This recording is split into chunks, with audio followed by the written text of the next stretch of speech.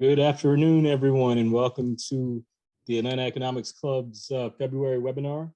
We've had something of a running theme over the past few months, looking at some of the issues revolving around inflation, supply chain disruptions, and the outlook for the U.S. economy as we try and meander through this COVID-19 pandemic. I'm really looking forward to hearing what today's speaker has to say on the topic. I know that the iron and steel industry has been particularly affected by some of these kinds of disruptions. For those of you that have been to our events before, as always, welcome back. For the first time attendees, I hope you enjoy the webinar today. Always welcome to come back for our next event.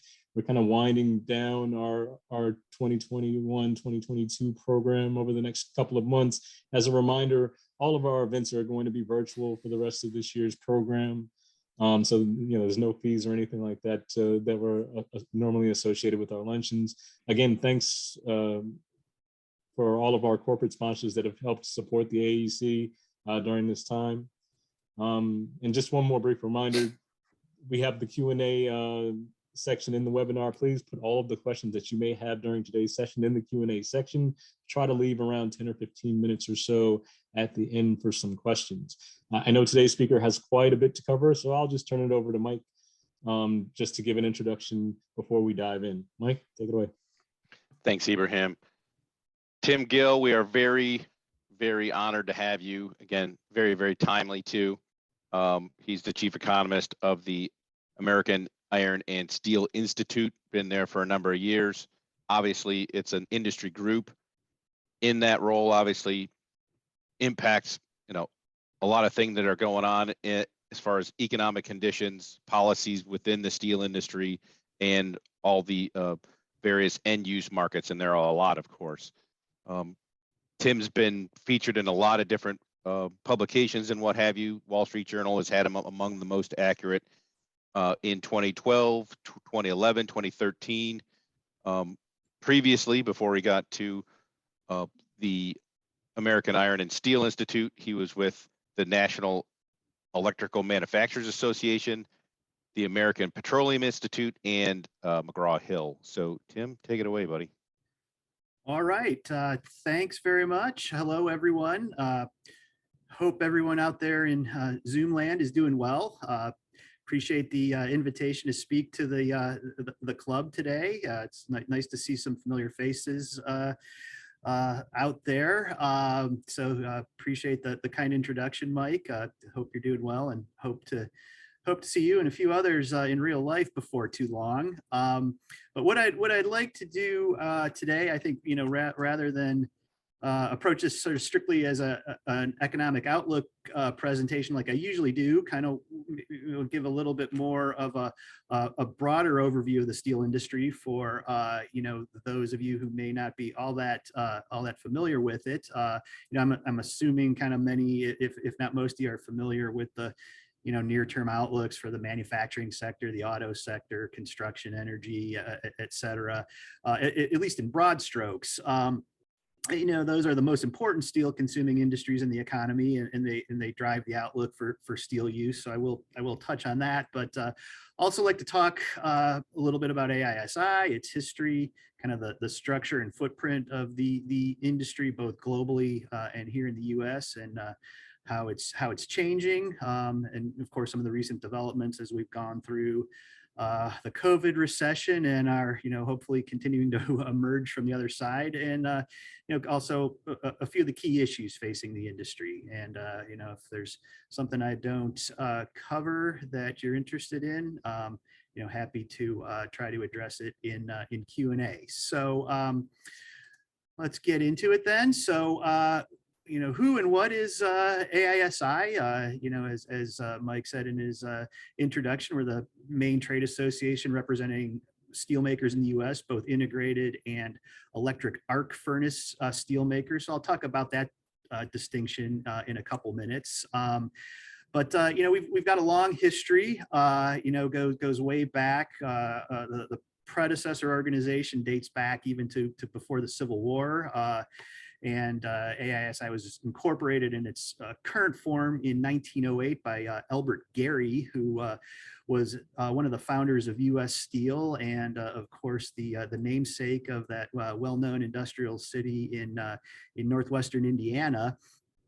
So the organization has changed over the years, as have many trade associations. The mission is to advance the case for the industry before the federal government here in Washington, as well as in the marketplace as the preferred material in various applications. So, for example, relative to concrete in bridge construction, or wood in mid-rise commercial construction, or aluminum in auto manufacturing, for example. In fact, we've got an office in Detroit focused on the auto industry. So, one thing you may notice here, the picture on the right-hand side of the slide, a bunch of football players holding up a logo. And that logo is, it's called the Steel Mark. It's got a long and kind of convoluted history. I won't go into all the details, but it is actually owned by AISI, and it is licensed for use to a certain football team in Pittsburgh, Pennsylvania. So I'm originally from Cleveland. I really like my job here at AISI, but I have to say one downside is having to see that logo pretty much every work day. So what can you do? Can't have everything. So in addition to sort of the advocacy area, AISI is involved in activities like developing product standards, and then there's the function that I oversee, industry statistics and economics. And the industry statistics program has a history that stretches back, really to the beginnings of the association and the beginnings of the steel industry in America. We have, at least as far as I'm aware of, some of the oldest continuous industrial sector time series data in existence. Just as an example, this slide shows annual steel production from 1860 to 2021. So, really kind of shows the evolution in a sense of the industrial age. So, it's kind of neat in some sense to be, the custodians of a data program with such a long history for data geeks like myself, and I'm sure some of you. So, that's sort of, some of the history with respect to the U.S. industry. Let me zoom out a little bit here, talk a little bit about the footprint of the industry from a global perspective. So, excuse me, the graphic on the left-hand side is shows the current composition of steel production by country or region in 2020. So it's essentially the current picture. And just a couple things I should point out just for clarity. You're going to see the words crude steel production and raw steel production, both used here. They're essentially referring to the same thing, steel in its first solid state or semi-finished state. So, before it is further processed into finished mill products. So there's a little more on that in a minute, but it's called raw steel in the US and crude steel in most of the rest of the world. There's also a similar a terminological issue between the US and the rest of the world in terms of measurement. In the US, steel volumes are measured in short tons or net tons, whereas everywhere else in the world they're typically measured in metric tons. So that that creates no end of confusion when people are converting back and forth between the two or not, as the case may be. But in any case, that left-hand side graphic, shows that, by 2020, China, had clearly become the dominant producer in the global steel industry, accounting for almost 60% of global production. No other single country or region even comes close. India has certainly become an important player in recent years, as have a handful of other countries, but China's industry, has grown to that enormous position in a relatively short period of time.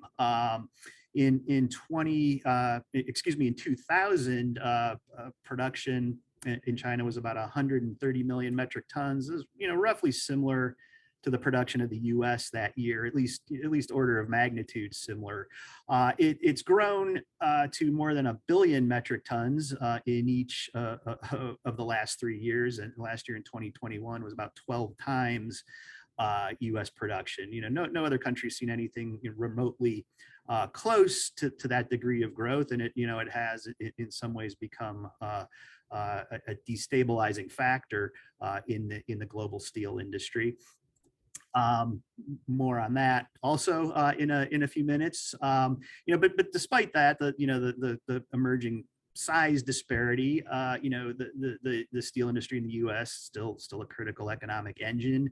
More than 13,000 business establishments are involved in some aspect of the steel supply chain, from raw materials like iron ore mining to kind of what we think of as the core of the industry, which is raw steel production and the manufacture of steel mill products. Those are, essentially when you think of a steel mill, that's what steel mills do. Those two activities, and then kind of on down the line to processing and distribution and fabrication. Every state has a presence. It's could be as small as a relatively small ferrous recycling processing operation, to an enormous mill. In terms of that core of the industry, again, the mills, raw steel production and steel mill product production, northwestern Indiana, Ohio, Pennsylvania, of course, all have a significant presence, but so do areas of the country that you wouldn't necessarily expect. Arkansas is rapidly growing as a steel state, as is Alabama, South Carolina, and Texas as well. So all told, we estimate close to 400,000 direct steel industry jobs. About 140,000 of those again in that core steel making and mill products segment. All told, the industry supports nearly 2 million jobs overall, generates $500 billion in output when you add up the direct, indirect, and induced impacts. So like most industries, we have done an impact analysis to arrive at those estimates. Over the last few years, we've seen a substantial amount of new investment in the industry and no small amount of consolidation as well. In terms of new investment, about 3.5 million net tons of raw steel production capacity have come online, just really in about the last year and a half, since late 2020. There is another 5 million tons currently ramping up, and another 10 million plus on top of that that has been announced by the various companies expected to come online, between the end of this year and perhaps 2025. So that's all, all on top of a capacity base of about 115 million tons last year, and those are gross additions. There have been some some idlings and permanent closures as well.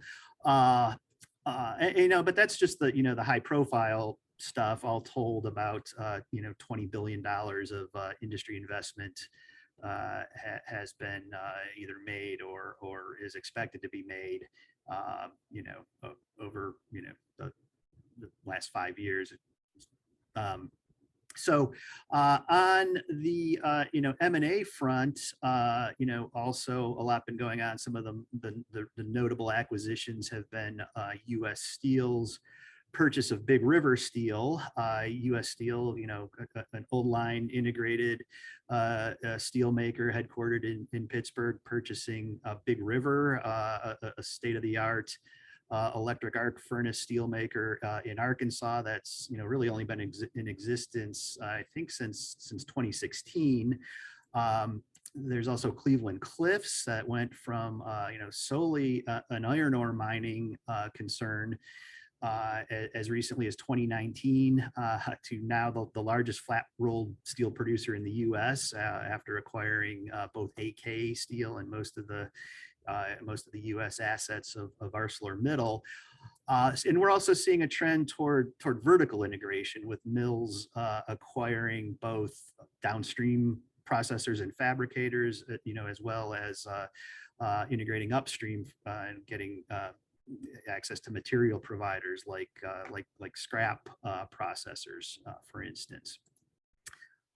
So the next couple here, and they're probably a little bit hard to follow, but kind of give a little bit of a schematic view of the production process, which I hope will kind of at least be a sort of a visual to some of the products and various segments of the industry that I'm talking about. But with respect to raw steel making, which essentially is what's shown on this first chart, and that's the process by which raw materials are turned into semi-finished steel, the steel in its first solid state. You basically have two technologies that are in contemporary use. Integrated steel making is where iron ore, coke, limestone are put into a blast furnace to make pig iron. The pig iron is then put into a basic oxygen furnace to make molten steel. That's then cast into slabs, blooms, billets.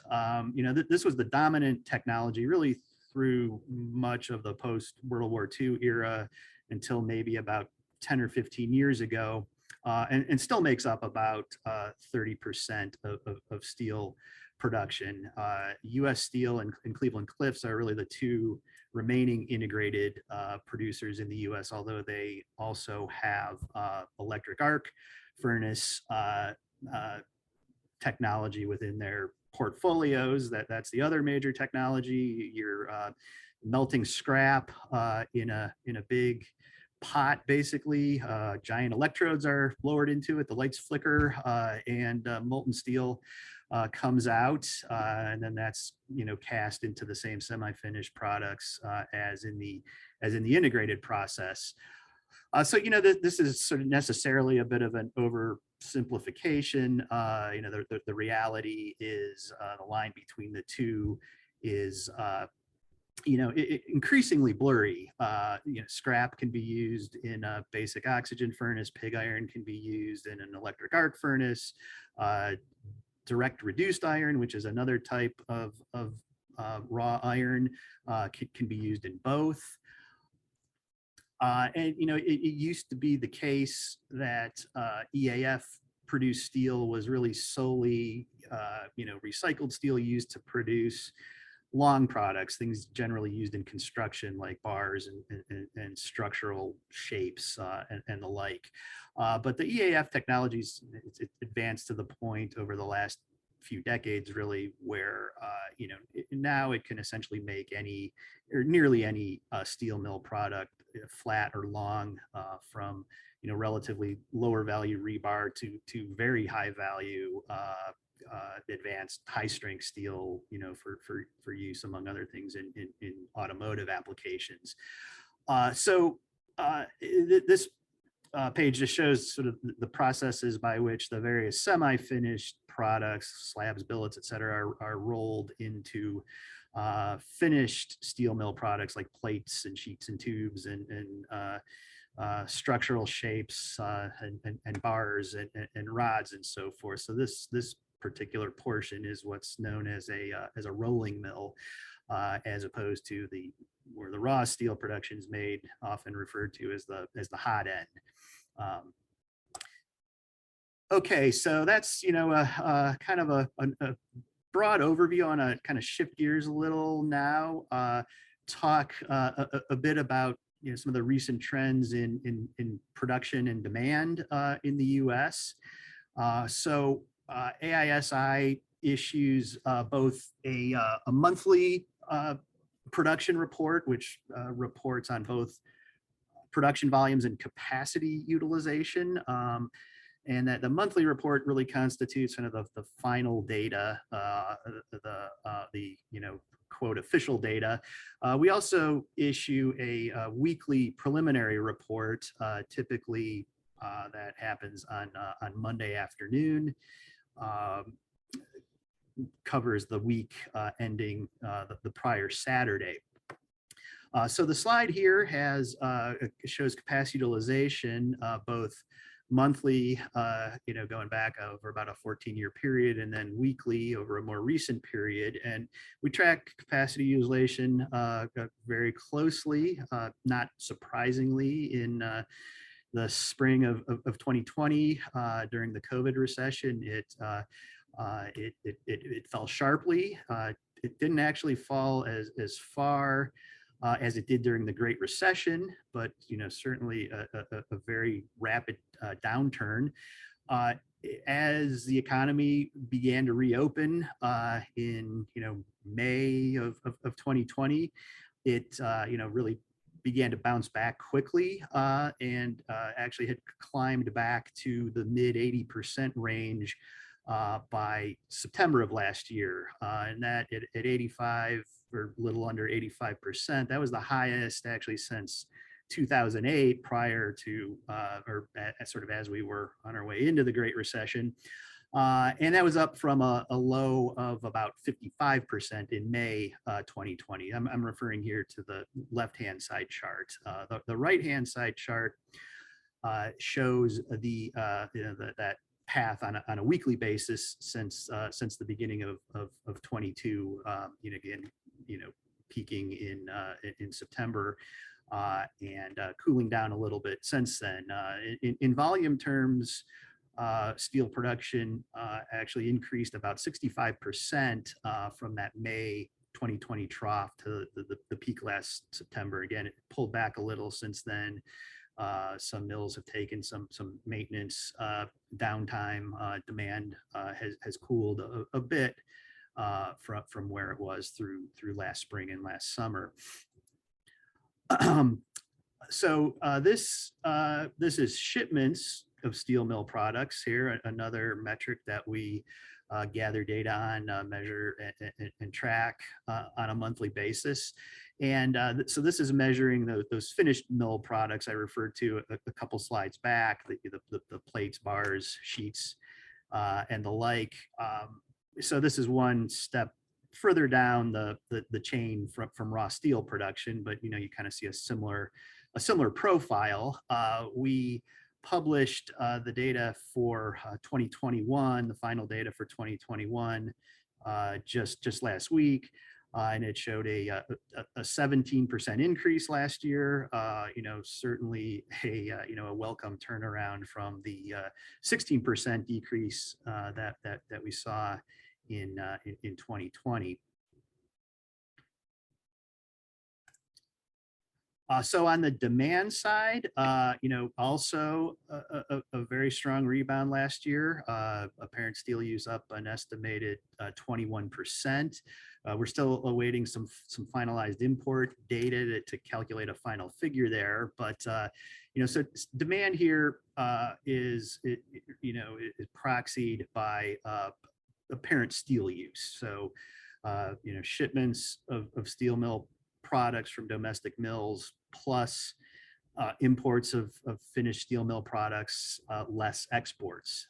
So the whole in this is that we don't have really a great handle on inventory changes. There is some wholesale level inventory data available, but it seems to be incomplete, and that's sort of really about it. So that kind of does complicate things a bit, and I think some portion of that large increase last year was very likely due to restocking across the supply chain rather than solely an increase in real steel use, and I think vice versa in 2020. So that sort of that measurement difficulty kind of bleeds into our forecast for this year and next year, but we do expect continued growth, assuming the situation with COVID, with the overall economy, et cetera, evolves, generally according to, to consensus thinking. And this is a preliminary forecast. Once we have a number for 2021 really solidified, which hopefully will be very soon, we're going to kind of revisit this and see if any tweaks need to be made, but I wouldn't really expect any substantial ones. But further to the demand picture, we can we can finally say that large scale infrastructure investments will be a boost to steel use. It's gone from a potential upside in pretty much every forecast we've made over the last 5 years to finally being a reality. So the next couple of slides here really just kind of outline some of the specifics of the infrastructure package. So I'm going to actually skip ahead a little bit, and it's really kind of summarized here on my next slide anyway. So certainly expect a boost to steel use, steel demand, coming from this infrastructure investment. So we kind of we've gone in, done some back of the envelope calculations, looking at the Infrastructure Act, looking at what it is laying out funding for, making some assumptions about some rule. There's kind of a rule of thumb about how much steel is used per dollar of infrastructure, to kind of get a sense of what the impact is going to be over the life of this thing. So if you look at the the steel containing, the itemized investments in the Infrastructure Act, we've identified about 850 billion of investment items that are going to at least have some impact on steel demand, and that's out of a total, I think, of I've seen various overall numbers, anywhere from close to $1 trillion to a little over $1 trillion, depending on exactly how it's calculated. But sort of steel containing infrastructure investment of about 850 billion, and that's a part of that's reauthorization of existing infrastructure trust funds like the Highway Trust Fund and a couple of others. So that's 393 billion. That's, I think we kind of look at that as money that one way or another would have been spent anyway, even in the absence of this broader program. So that leaves you with new investments or additional investments over and above the reauthorization of the trust funds of about a little over 450 billion. So our rule of thumb is 5 million net tons of steel per 100 billion in infrastructure spending. So that comes out to it's a pretty big number, 40 to 45 million net tons of products. Although really about 20 to 25 million of that is from new investment. The rest is sort of really kind of already baked in the cake, at least if you're looking at it from a forecasting standpoint. So depending on how long it takes to spend it all, and I think it's going to be longer than the 5 years in the bill. It's probably a marginal 2 to 3 million tons a year, over the next 8 to 10 years. So certainly helps, certainly moves the needle in a positive direction. So just a couple of more slides here, and have some time for Q&A, but just want to kind of cover sort of a couple of the major issues that the industry is interested, involved in, watching, concerned about going forward. And the first is the global steel overcapacity problem. Not quite as bad in absolute terms as it was before. Those gray bars show an estimate by the OECD of global overcapacity. But it's still a big problem. The latest, that latest estimate puts it at something like 500 million metric tons. I'm shifting to metric here, almost, so that, roughly 5 times, a little less than 5 times total US capacity. So, and, it's largely driven, by government subsidization of, what are largely state-owned, state-controlled steel makers in China, but not exclusively in China, and some other places around the world. And so, the steel industry in the U.S. is privately owned.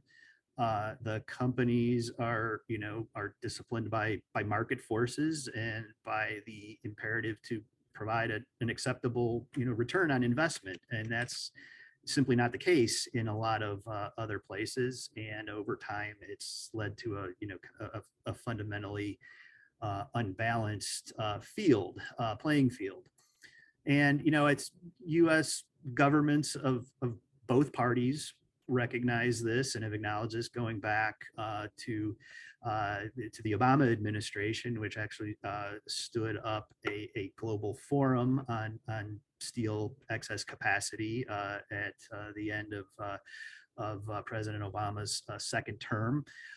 Then, of course, we had the Section 232 tariffs and quotas that were put in place in 2018.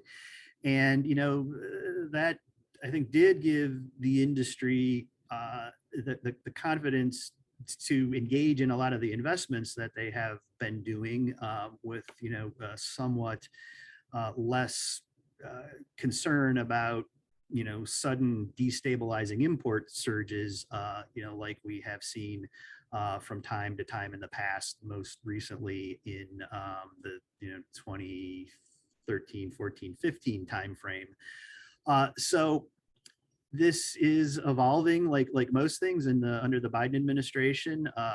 The Section 232 remains in place, but it is changing. There have been agreements reached last November with the European Union, and then just last week with Japan, to replace the 25% Section 232 tariff with a so-called tariff rate quota, where a certain import volume is duty free, and then a tariff's applied to any amount over that. So those quota levels are determined by a lot of factors. For the EU, it's by individual EU country and by I believe 54 separate steel product categories. With Japan, obviously Japan's one country, but again, the 54 categories apply. So, but I think the most important takeaway, even I think aside from just that this program is changing, and this is really apparent in the EU agreement. The EU agreement really aims to sort of negotiate, as they say, as this is, I'm paraphrasing a bit, but this is pretty close to a direct quote, to negotiate a new global steel arrangement, with the aims being to discourage trade in high carbon intensive steel that contributes to global excess capacity, and ensures that domestic policies that support that countries entering such an arrangement ensure that their domestic policies support lowering the carbon intensity of the industries. And the notion is that this would be expanded to ultimately to other countries with similar goals. It's a little vague how it's all going to work out. There's sort of a framework for approaching this, and the details are kind of in the process of being developed. The fact is actually the U.S. industry has a great story to tell on sustainability, and that's, I think, going to be a real plus moving forward, given the expectation that that these future trade arrangements are likely to address environmental and sustainability concerns. In the U.S., there's a much greater proportion of steel coming from EAFs, big users of recycled steel, ferrous scrap. So that certainly reduces the emissions that are associated with the iron making process, in steel production. But that's part of the story. The integrated side of the industry itself is less carbon intensive than its major global competitors for a number of reasons. There's an increasing shift towards using natural gas, which is being substituted for coal. There's direct reduced iron, which I sort of mentioned earlier. It's used in both steelmaking technologies, integrated and EAF, as a substitute for pig iron. And also made with using natural gas as a feedstock, as a reducing agent. And please don't ask me to explain the chemistry behind that. I'm just an economist. So the net result is that the U.S. has both the lowest carbon intensity and the lowest energy intensity of the 7 largest steel producing nations, and that this is CO2 emissions relative to the other largest steel producing countries, and this shows energy intensity, sort of a similar picture there. So that is kind of my my tour around the steel world in I guess 40 minutes or less. So why don't I stop there and be happy to try to take some questions. Thanks, Tim. So we already got a couple questions. If you would, again, put your questions in the Q&A box, that would be great. In the meantime, just a couple of finer points, redirects on a couple of the pieces.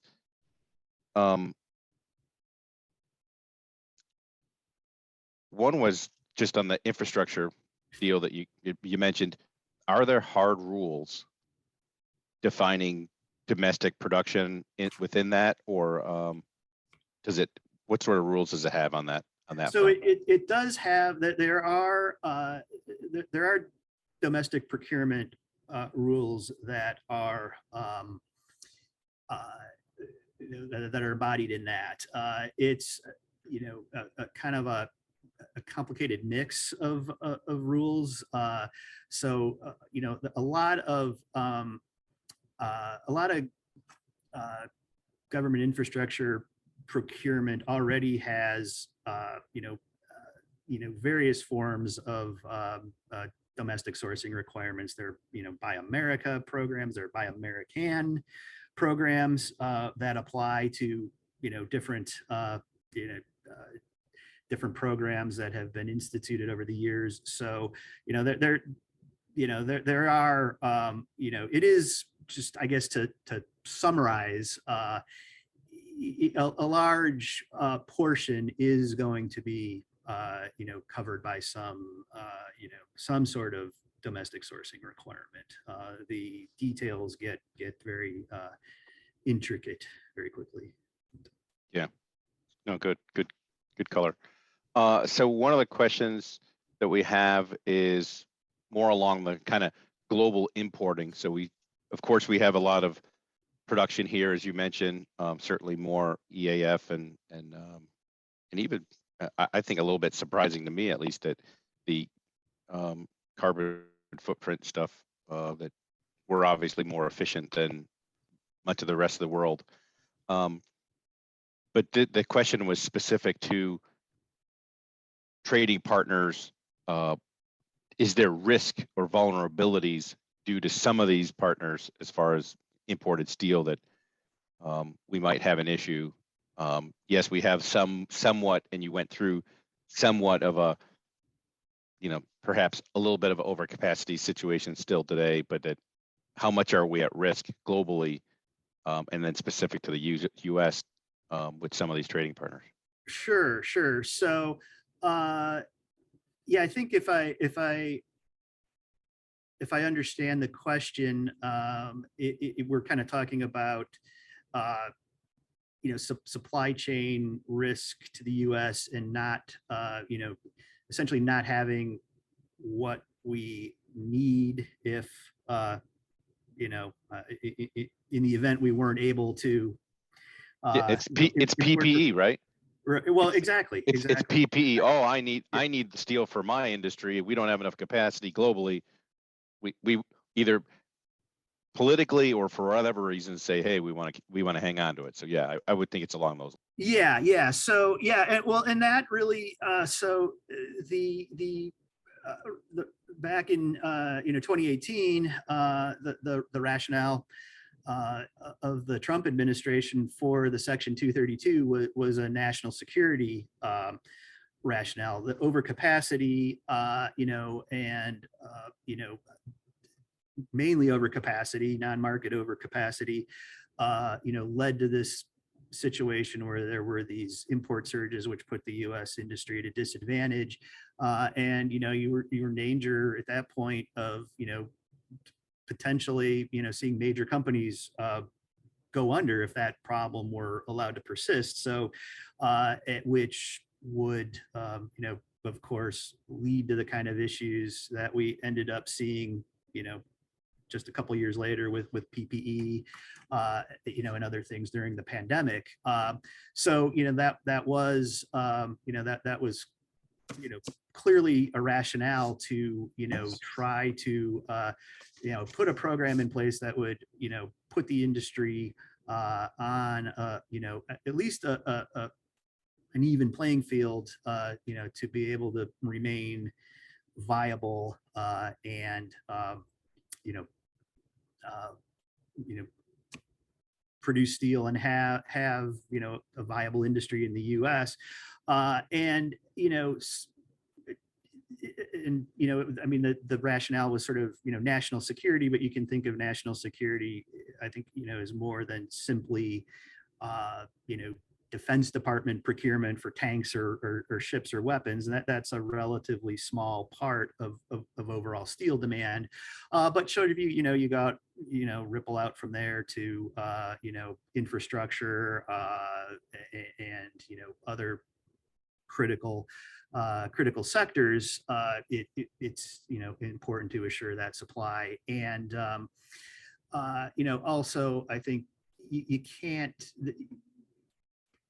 In defense, military, ordnance applications, those tend to be very specialized types of steel, but you have to have a commercially viable, broader industry, that is producing sort of commodity grades of steel for lots of applications, in order to be able to produce also for those very specific niches. So yeah, I think that's, if I'm understanding correctly, yeah, that's that was a major rationale to maintain a viable presence going forward in the U.S.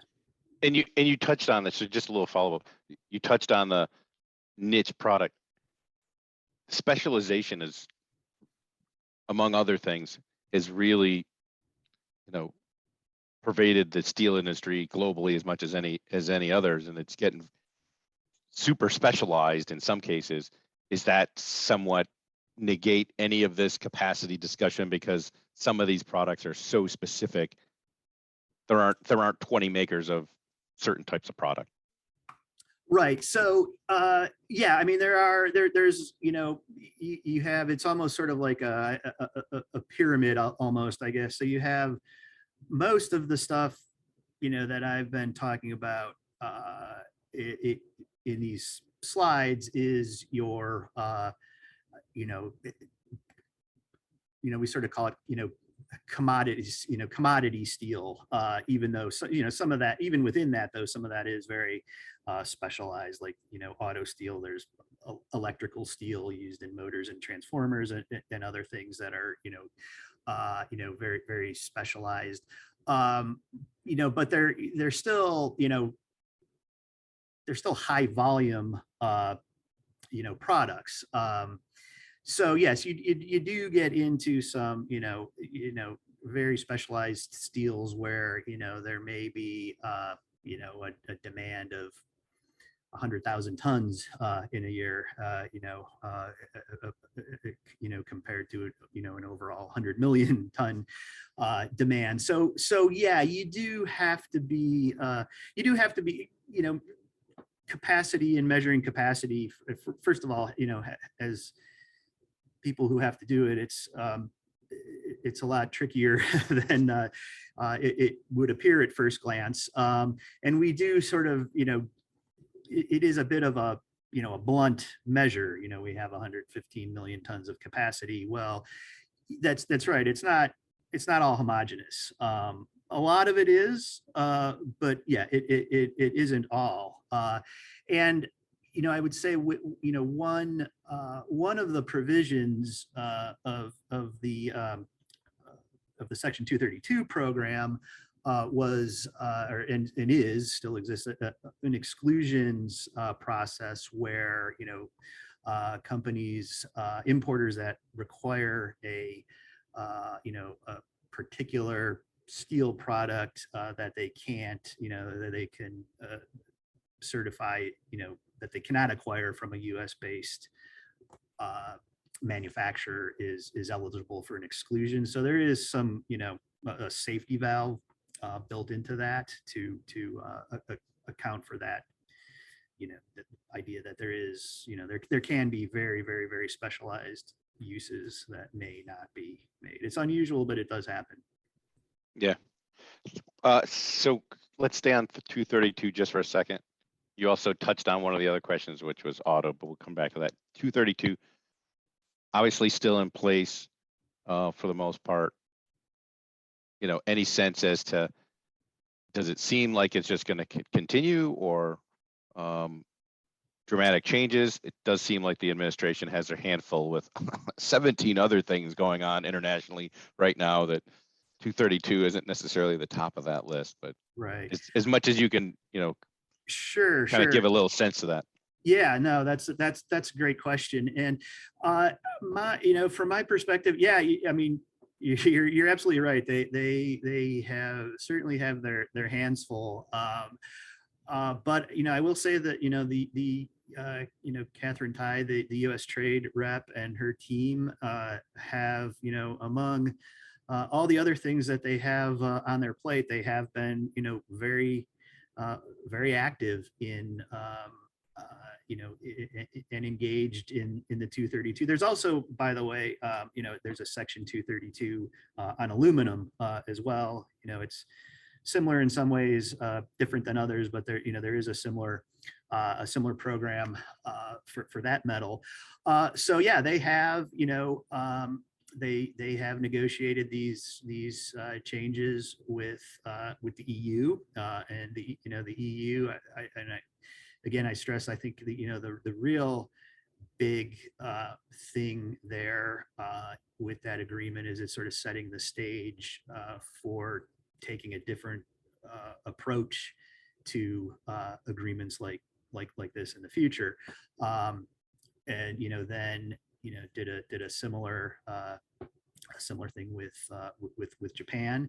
So that seemed, without it's hard to predict how this is going to evolve over the next few years, but that does seem to be sort of the playbook with various adjustments depending on the circumstances of the particular country that we're talking about. Sure. So again, you touched on auto. What do you, just as far as, I don't want to say forecasting demand, but how much do you anticipate that there's going to be additional demand because of auto and truck production with the, particularly with EVs and what have you. Sure. I'm not certain, and of course we have an auto expert on. Yes. Jonathan is with us, but That's why I maybe he hesitated to wade into that. and maybe he can hop in on that. But I don't know that there's a whole lot of difference on the EV side, other than they try to minimize weight generally. But how are you guys viewing that? Yeah, so our perspective there. Well, first, in the short term, I guess like most people did, we expected a real big, rebound in auto production last year, and it didn't materialize. I think it ended up with about something on the order of a 200,000 unit increase in the U.S. Our auto industry contacts tell us that the semiconductor issues are easing. So we are taking them at their word, and we did expect much bigger increase this year. In fact, I think after the boost from infrastructure spending, in terms of the impetus to overall demand growth, I think auto is probably going to be the second. But yeah, the big question in the medium term, as we move in the direction of EVs, is what is the impact going to be on steel demand? We our auto people in Detroit think about that all the time. It's a major issue under study for the global steel industry. So there is kind of a few different schools of thought on it, but one is that, so you're going to have, in an electric vehicle, you have the battery pack that is, extremely, important to the functioning of the vehicle, that needs to be protected. And so that is, the view in the U.S. is that that's a golden opportunity for steel in the battery to secure the battery compartment. There's also some thinking too that so lightweighting obviously has been the watchword here for quite some time. It's led to some penetration by aluminum into certain components of the vehicle, but it's also been kind of a necessity, being the mother of invention. It's led to developments of several progressively sophisticated grades of high strength auto steel, that have kept steel very competitive as a material. So there's some thinking that if you move away from a simply like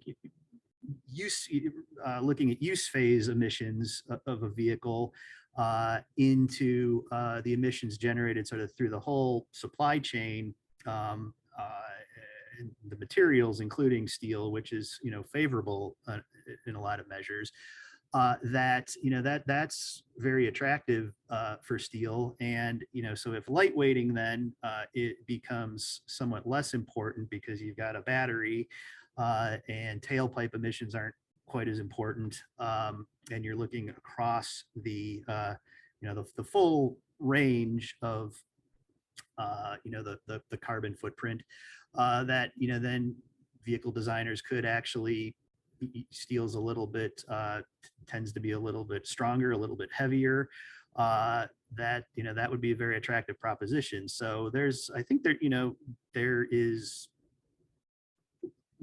cautious optimism that there's still going to be an enormous place for steel in a vehicle as we undergo this transition to EVs. Sure. So one on pricing pressures and when they might moderate, to the extent that you have a view on that.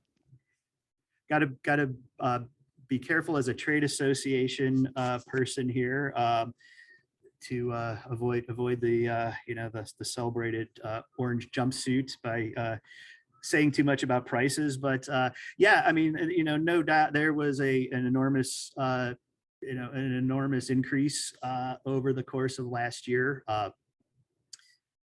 So when you're looking at steel pricing, and one of the big benchmarks is hot rolled coil. It's a pretty common flat mill product that then can be processed into lots of other things. And that went, that reached just under $2,000 a ton last summer. It had been as low as, I want to say, in the $400 to $500 range at the depths of the recession. So, of course, that recessionary level was not sustainable either. But certainly, it was at a record at 2,000 a ton. But it has turned the corner actually, and it turned the corner pretty sharply. The latest numbers are somewhere, I think, a little over 1,000 a ton. So it's corrected by about half since I want to say last September, last October's peak.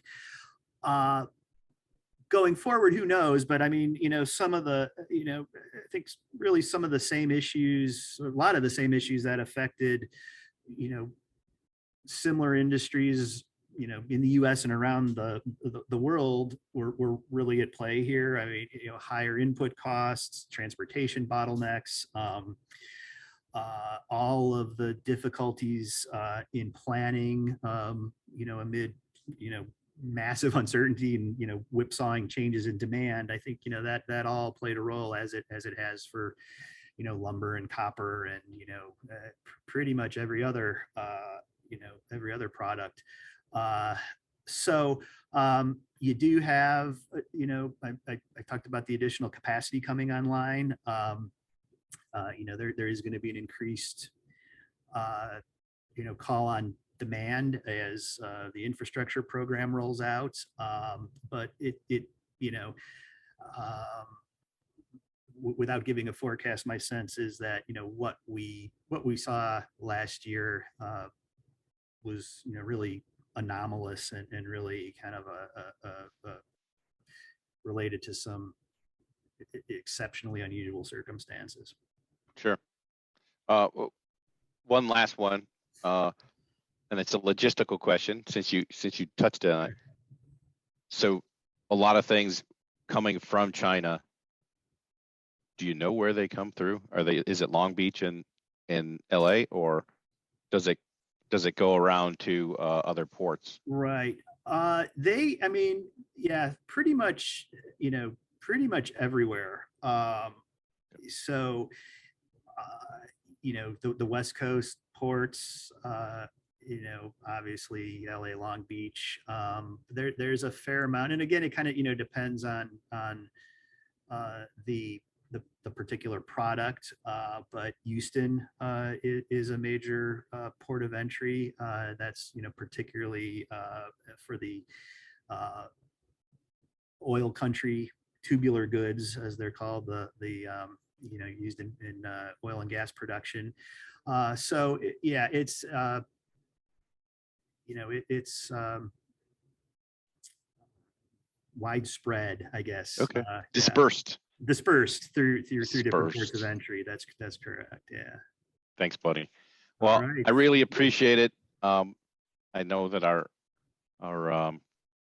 audience appreciates it as well. Great insight, Tim. Thank you very much. Ibrahim, if you want to hop on and take us the rest of the way. Yeah, just real quick, some couple of announcements. First off, thanks again, Tim. That was excellent. A lot of really useful information there.